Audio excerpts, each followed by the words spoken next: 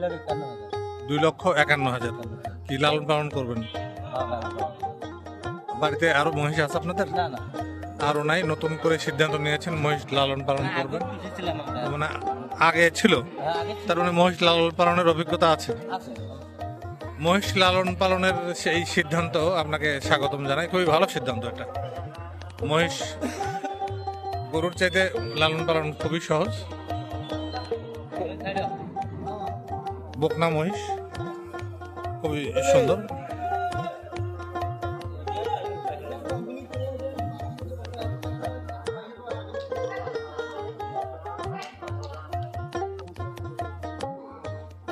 কয় দাঁত এগুলা?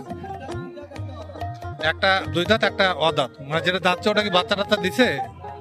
মানে কনসেপ্ট করে না এখন পর্যন্ত দুটার একটাও না। কত দিয়ে নিলেন বললেন? 1,85,000। 1,85,000। এই যে এই জোড়া, এক জোড়া, এই জোড়া 1,85,000। লালন পালনের জন্য অবশ্যই নিয়েছেন। এই সাইজের মহিষ লালন পালন উপযোগী একদম। 1,85,000, খুবই সুন্দর। আপনার বাড়িতে কি, আপনার বাড়িতে আরো আছে মহিষ? হ্যাঁ আছে।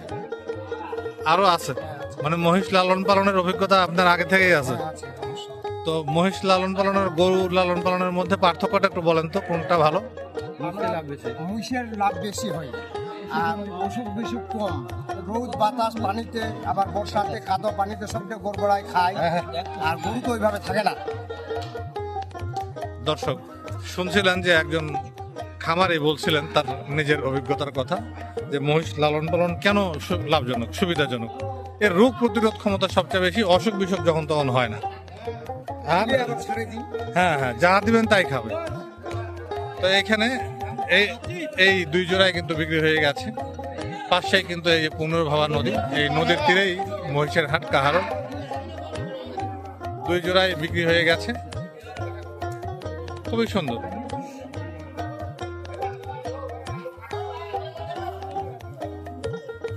পাশাপাশি এক জোড়া বড়, এক জোড়া ছোট।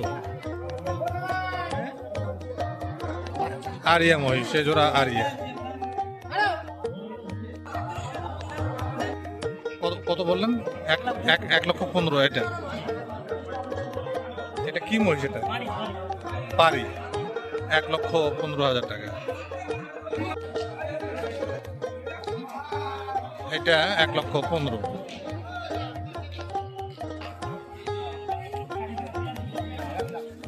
2 লক্ষ টাকা, 2,06,000।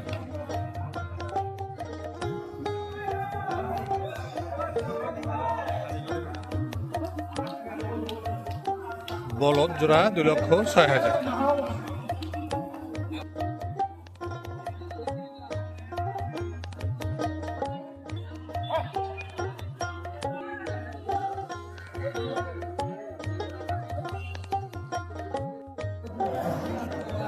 এই জোড়া বিক্রি হলো এই মাত্র কাহারোল মহিষের হাট থেকে।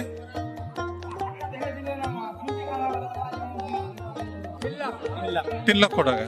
3 লক্ষ টাকা দিয়ে নিয়েছেন এই যে এই জোড়া, খরচ বাদ 3 লক্ষ টাকা। বলদ লালন পালন হবে, পোষার জন্য নিয়েছেন এই যে 3 লক্ষ টাকা। 3 লক্ষ টাকার মহিষ।